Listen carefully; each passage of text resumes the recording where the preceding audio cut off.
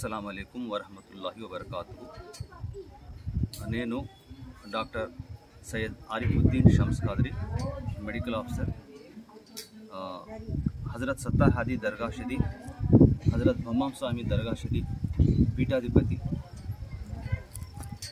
ఇక్కడ ప్రస్తుతం నేను కూర్చున్న దర్గా షరీఫ్, ఈ దర్గా షరీఫ్ హజరత్ సయ్యద్ షా అబ్దుల్ సత్తార్ హాదీ ఖాద్రి సాహెబ్ దర్గా షరీఫ్ చిప్పగిరి మండలంలో ఉన్నది. ఈ దర్గా షరీఫ్లో ఉన్న ఈ మహానుభావుడు హజరత్ సయ్యద్ షా అబ్దుల్ సత్తార్ హాదీ ఖాద్రి. ఆయన బగదాద్లో ఉన్నటువంటి పిరానీ పీర్ షేక్ అబ్దుల్ ఖాదిర్ జిలానీ రజియల్లాహు తాలా అన్హు గారి వంశీయులు. ఈయన తండ్రి హజరత్ పీర్ ఛత్తార్ రహమతుల్లాహి అలై గారితో కలిసి మానవత్వంతో ప్రతి ఒక్కరూ బతకాలి, మంచితనంతో ప్రతి ఒక్కరూ బతకాలి, ప్రతి ఒక్క మతానికి సంబంధించిన విలువలను కాపాడుకుంటూ ప్రతి ఒక్కరితో కలిసిమెలిసి ఎవరికి హాని చేయకుండా, ఎవరికి ఇబ్బంది పెట్టకుండా మంచిగా బ్రతకాలని చెప్పేసి ఈయన ఆ సందేశం అందరిలో ఇస్తూ ఇక్కడ సర్వమతాలకు కూడా మంచిగా చేస్తూ ఈయన గత 369 ఏళ్ల నుంచి ఈయన ఉరుసు జరుగుతూ ఉంది. ఇక్కడ ఈ ఉరుసు ప్రతి సంవత్సరము మొహర్రం నెల 9వ తేదీ మొహర్రం రాత్రి నుంచి మొదలై 10వ తేదీ మొహర్రం పొద్దున నమాజ్ తర్వాత ఈయన గంధం జరుగుతుంది, ఉరుసు జరుగుతుంది. ఈ ఉరుసుకి చుట్టుపక్కన ఊర్లు, అక్కడి నుంచి కాక దూరం నుంచి వేరే స్టేట్ నుంచి కూడా ఈయన భక్తులు వస్తూ ఉంటారు. ఒకే రోజున పీర్ల పండగ, ఒకే రోజున ఈయన గంధం జరుగుతుంది ఇక్కడ. ఇది ప్రత్యేకత.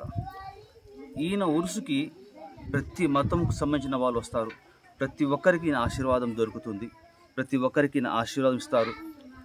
పిల్లలు లేని వాళ్ళకైనా పిల్లలన్నా కానీ, అలాగే ఆర్థిక సమస్యలుండి ఎటువంటి సమస్యలు ఉన్నా కానీ, ఆరోగ్య సమస్యలు ఉన్నా కానీ ఈయన అందరికీ ఆశీస్సులు ఇస్తూ ప్రతి ఒక్కరి కోరికలు తీరుస్తూ ఉన్నాడు. గత 360 ఏళ్ల నుంచి ఈయన ఉరుసు జరుగుతోంది. ఈయన అందరి కోరికలు తీరుస్తున్నాడు.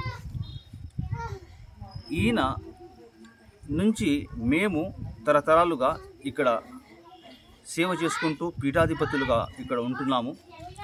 ఈయన నుంచి మేము 11వ తరముగా ఈరోజు ఇక్కడ పీఠాధిపతిగా ఉన్నాము. ఈయనకు ఒకగానొక కొడుకు, ఆయనకు మరి ఒక కొడుకు, మరి ఆయనకు 4 కొడుకులు. అలా 4 కొడుకులు, 4 మేటిదారులుగా, 4 పీఠాధిపతులుగా ఇక్కడ మేము ఈయన సేవలు అందిస్తున్నాము. ఈయన ఉరుసుకి చిప్పగిరి గ్రామ ప్రజలు ప్రతి ఒక్కరూ సహకరిస్తారు. ప్రతి ఒక్కరికి ఈయన ఆశీస్సులు దొరుకుతున్నాయి. అన్ని మతాల వారు కలిసిమెలిసి ఈయన ఉరుసు చేస్తున్నాము. ఈయన ప్రతి ఒక్కరికి ఒక మానవత్వంతో ఉండాలి అనే ఒక మెసేజ్, ఒక సందేశం ఇస్తూ ఎవరికి హాని కలిగించకుండా, ఎవరికి ఏ మతం సంబంధించిన వాళ్ళకైనా కానీ హాని చేసే విధంగా మాట్లాడకూడదు, వ్యవహరించకూడదు అని చెప్పారు. దాంట్లోనే ఒక చిన్న ఎగ్జాంపుల్ ఏంటంటే, మన భారతదేశంలో మన హిందూ బ్రదర్స్, మన అన్నతమ్ముల మధ్యలో గోమాత గురించి ఆయన చాలా ప్రత్యేకంగా చెప్పారు. ఎందుకంటే హిందూ మతంలో గోమాతకి చాలా పెద్ద స్థానం ఉంది. కాబట్టి ఈయన ఏమన్నారంటే, ముస్లింలు దాన్ని జుబా చేయకూడదు, వాళ్ళ మానవత్వ, వాళ్ళ మత సమస్యలను, వాళ్ళ మత సామరస్యాన్ని కాపాడుకోవాలని చెప్పేసి, వాళ్ళ మత అభిప్రాయం దెబ్బతినకూడదని చెప్పేసి, సాంప్రదాయం దెబ్బతినకూడదని చెప్పేసి, కాబట్టి గోవుని వధ చేయకూడదు, గోవుని తినకూడదు అని చెప్పేసి నా మెసేజ్ ఇవ్వడం జరిగింది. కాబట్టి ఇక్కడ ఎవరు కూడా పీఠాధిపతులైనా కానీ, ఇక్కడున్న భక్తులైనా కానీ గోవుని తినరు ఇక్కడ. ఎందుకంటే మేమందరం హిందూస్ అయినా కానీ, ముస్లిమ్స్ అయినా కానీ, క్రిస్టియన్స్ అయినా కానీ, ఇంకా ఏ జాతి కానీ ఫస్ట్ మేము మనుషులము, ఒకరిని ఒకరు ఆదరించాలని చెప్పేసి ఆయన ఆ మెసేజ్తో ఈరోజు కూడా గత 360 ఏళ్ళ నుంచి ఇదే ఒక సందేశంతో ఇక్కడ ప్రతి ఒక్కరు మేలు చేస్తూ ఈ ఉరుసు జరుగుతూ ఉందని చెప్పేసి తెలియజేయడం జరుగుతుంది. అలాగే ఇప్పుడు ఈయన 121 సంవత్సరాలు ఆయన వయస్సు అన్నమాట. 121 సంవత్సరాల తర్వాత ఆయన కాలమైన తర్వాత ఆయన వంశీకులు వాళ్ళు కూడా తన తండ్రి గారైనా తన తాతగారైన మెసేజ్ని తీసుకుంటూ మన ఆంధ్రప్రదేశ్ కాక వేరే స్టేట్స్లో కూడా వాళ్ళ దర్గాలు ఉన్నాయి. ఇప్పుడు కోడుమూరు ఉంది, ఆడ కూడా ఈయన వంశీయులు ఉన్నారు. అక్కడ కూడా చాలా పెద్ద ఎత్తున ఉరుసు జరుగుతుంది. అక్కడ కూడా మత సామరస్యంతో ప్రతి కులము ప్రతి మతం వాళ్ళు వచ్చి ఆయన ఆశీస్సులు పొందుతుంటారు. అలాగే ధర్మవరంలో కూడా ఈయన వంశీయులు ఉన్నారు. సయ్యద్ మహమూద్ బాషా ఖాద్రీ అని చెప్పేసి దర్గా షరీఫ్, అక్కడ కూడా ప్రతి కులం ప్రతి మతం వాళ్ళు వస్తారు, అందరూ సేవ చేస్తారు, ఆయన అందరికీ ఆశీస్సులు ఇస్తారు. అలాగే చిప్పగిరిలోనే హజరత్ సయ్యద్ షా సుల్తాన్ మొహిద్దీన్ ఖాద్రీ ఉర్ఫ్ బమ్మం సాహెబ్ ఈయన వంశీయులు, అక్కడ కూడా ప్రతి మతం వారు వస్తారు, అందరికీ ఆశీస్సులు దొరుకుతాయి. అక్కడ అన్నదానం జరుగుతుంది, సేవలు జరుగుతూ ఉంటాయి. అందరి వచ్చే కోరికలు ఆయన ఆశీస్సులతో నెరవేరుతున్నాయి. అలాగే ఈయన వంశీయుల్లో కొనకండ్ల పక్కన ఉన్న ఒక చిన్న గ్రామం, అక్కడ కూడా ఈయన వంశీయులు ఉన్నారు. అక్కడ కూడా ప్రతి ఒక్కరు వచ్చి ఆడ ఉరుసులో పాల్గొనడము, ఆయన ఆశీస్సులు తీసుకోవడము అలాగా అక్కడ కూడా జరుగుతుంది. ఇలా ఆయన వంశీయులు అలాగే ఆయన వంశీయుల్లో చింతకుంట గ్రామము, అక్కడ సయ్యద్ షా సుల్తాన్ మొహిద్దీన్ ఖాద్రీ సాహెబ్ రహమతుల్లాహి అలైహి గారు ఈయన మనవళ్ళు. ఆయన కూడా మంచి అంటే ఒక సేవతో ఉండాలని చెప్పేసి ఒక సందేశంతో ఇచ్చిన మహానుభావుడు. ఈరోజు కూడా ఆయన ఉరుసులో చాలామంది చాలా భారీ ఎత్తున వచ్చి ఆయన ఆశీస్సులు తీసుకుంటూ ఉంటారు. ఇలా అని చెప్పేసి ఈయన వంశంలో చాలామంది మహానుభావులు ఉన్నారు. ప్రతి ఒక్కరు కూడా ప్రతి మనిషికి కలిసి ఉండాలని చెప్పేసి ఒక సందేశము, ప్రతి మనిషికి మర్యాద, ప్రతి మనిషికి విలువ ఇస్తూ, ప్రతి మతానికి విలువ ఇస్తూ అందరినీ కలుపుకొని పోవాలా అనే ఈయన అభిప్రాయము, ఈయన మతము, ఈయన సందేశం. ఈయన వంశీయుల్లో సయ్యద్ హయాత్ బాషా ఖాద్రీ అని చెప్పేసి ఒక సెయింట్, ఒక మహానుభావుడు మల్కాల్ మురుగులో ఆయన ఉండి అక్కడ సేవలు అందించారు. అక్కడ ఆయన ఏమన్నానంటే తన శిష్యులకు, నేను కాలమైన తర్వాత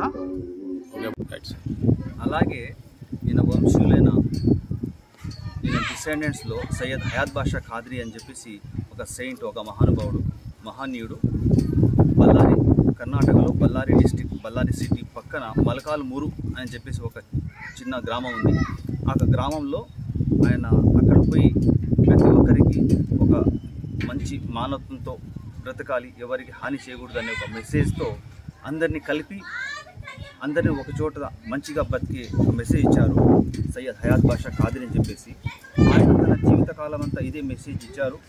ఆయన కాలమైన తర్వాత తన శిష్యులకు ఏమన్నారంటే, నేను కాలమైన తర్వాత నా శరీరం అనేది ఈ భూమి నుంచి పైకి వెళ్తుంది, ఎంత పైకి వెళ్తుందో అక్కడి నుంచి నా సమాధి కట్టాలన్నారు.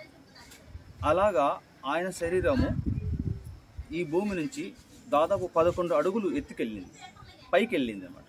వెళ్ళిన తర్వాత అక్కడ నిలబడిన తర్వాత అక్కడ నుంచి సమాధి కట్టారు. ఆయన ప్రత్యేకత, ఈరోజు వెళ్ళినా మీరు మల్కాల్ మురు అనే గ్రామం వెళ్ళినా ఆయన సమాధి భూమి నుంచి 11 అడుగుల పైన ఉంటుంది. కింద నుంచి కట్టుకొచ్చారు, లోపల ఆయన శరీరం లోపల ఉంటుంది, సమాధి లోపల. అలా ఆయన మహిమ అలాంటిది. అలాగే ఆయన వంశీయులైన హజరత్ సయ్యద్ షాలిపీర్ ఖాద్రీ రహమతుల్లాహి అలైహి, ఈయన కూడా ఒక మహానుభావుడు. ఈయన కూడా మన కర్నూలు జిల్లా కోడుమూరు గ్రామంలో కొండ మీద వెలిసి ఉన్నారు. ఆయన కూడా తన శిష్యులకు బోధించడానికి మన ఆంధ్రప్రదేశ్ స్టేట్ నుంచి కర్ణాటక మైసూరు ఆ ఏరియాలో వెళ్ళారు. అక్కడ చెప్పారు, నేను పలానా దినం కాలమవుతాను, కాలమైన తర్వాత నా శరీరాన్ని నా శిష్యులు తీసుకెళ్ళాలా, పొద్దునుంచి సాయంత్రం వరకు ప్రయాణం చేయాలా, నడక ప్రయాణం. అలాగే ఎక్కడైతే పొద్దు మునుగుతుందో అక్కడ ఆయన శరీరం పెట్టి అక్కడ కసీదా చదవడం, ఖురాన్ చదవడం ఇది చేయాలి. రాత్రంతా అలా చేసి మళ్ళీ ఉదయం మళ్ళీ గురుగారి శరీరాన్ని తీసుకొని శిష్యులు పగలల ప్రయాణం చేస్తారు. అలా చేసుకుంటూ ప్రయాణము ఆయన చెప్పిన స్థలానికి, అంటే కోడుమూరు గ్రామం, ఆ ప్లేస్కి చేరుకోవడానికి శిష్యులంతా 40 దినాలు పట్టింది. 40 దినాల తర్వాత శిష్యులు జనాజా తెరిచి చూస్తే ఎలా ఉన్నారంటే స్వామిగారు ఇప్పుడు పడుకొని ఉన్నట్టున్నారు. ఆ తర్వాత శిష్యులు ఏం చేశారంటే స్వామి గారిని స్నానం చేపించి, అంటే నమాజ్ జనాజా కోసం గుసులు ఇవ్వాలని చెప్పేసి ఆయన్ని తీసి ఆ గుసుల్ ఇచ్చే ప్లేస్లో పండబెడితే అన్నీ తయారీ చేస్తుంటే నీళ్ళ కోసం దానికి చేస్తుంటే స్వామిగారు పలికి ఏమన్నారంటే నా గుస్సులు అయిపోయింది, నా స్థానాన్ని నా గమ్యాల్లో నాకు చేర్చండి అన్నారు. 40 రోజుల తర్వాత, కాలమైన 40 రోజుల తర్వాత పలికారు, నన్ను గుస్సులు చేయొద్దండి, నా గుస్సులు అయిపోయింది, నా గమ్యస్థానం నన్ను చేర్చండి అన్నారు.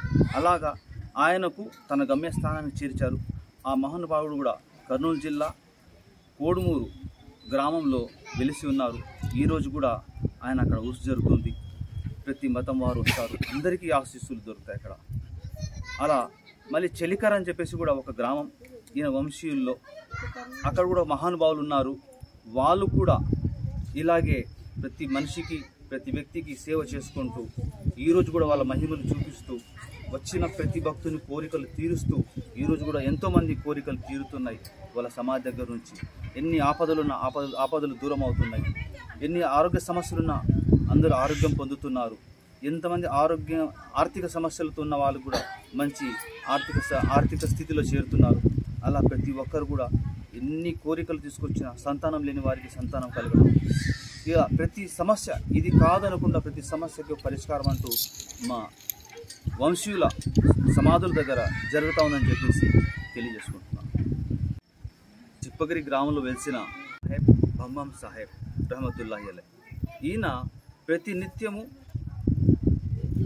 ఈ లోకపు ఆలోచన లేకోకుండా, లోకం మీద మోహం లేకోకుండా ప్రతి నిత్యము అల్లా ధ్యాసలో నిమగ్నమై ఉండేవారు.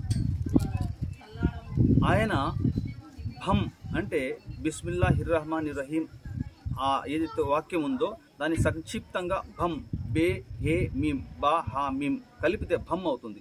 అలా భమ్ అని చెప్పేసి ఈ భూమి మీద తన కర్రతో ఇట్లా ముట్టిస్తూనే ఆయన మాయమైపోయేవారు. మరి ఎక్కడ ఆయన వెలగాలో, ఎక్కడ కనపడాలో అక్కడ మళ్ళీ భమ్ అని చెప్పేసి అందరు కనపడేవారు అనమాట.